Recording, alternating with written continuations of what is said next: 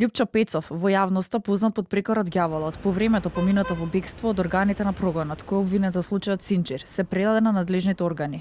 Предходно кривичниот суд му определи мерка притвор од неговото пронаоѓање, но судија на предходна постапка го прифати предлогот на ОЈО-ГОК и на обвинетиот му определи мерка куќен притвор. Со оглед на истиот, доброволно се пријавил на органите на прогонот и од неговата одбрана е доставена медицинска документација според која истиот има влошена здравствена состојба, а воедно надлежниот јавен обвинител покрај здравствената состојба ценел и дека со спроведување на обвинетиот во притворското оделение не може да се гарантира неговата лична безбедност. На записникот пред судот, наместо мерка притвор, предложи на обвинетиот да му се определи мерка куќен притвор и дополнителна мерка 24 часовен надзор од МВР, со која може да се обезбеди неговото присуство во понатамошниот дел од постапката.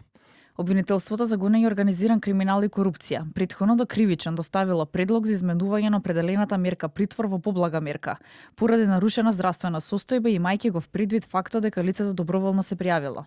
ОЈО-ГОК ценејќи ги истакнатите околности, како и околностите што укажуваат на сериозни влијание врз постапката и влијание врз лицето, јавниот обвинител на закажаното рочиште пред судија на предходна постапка го измени предлогот и предложи да му биде определена мерка куќен притвор со 24 часовен надзор. Пред неколку дена по акцијата на ОЈО-ГОК беше уапсен адвокатот на Љупчо Пецов, поранешниот државен правобранител Фехми Стафа. Тој е во притвор откако беше осомничен за примање подкуп од 50.000 евра за да влијае кај судија во Скопска апелација и на Љупчо Пецов да му биде замената мерката притвор со куќен притвор.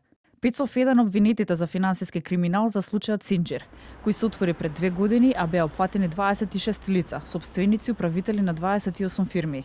Според истрагата, тие преку издавање фактури со ДДВ за наводно извршени набавки кои не постоеле, го штетиле државниот буџет за околу 8 милиони евра.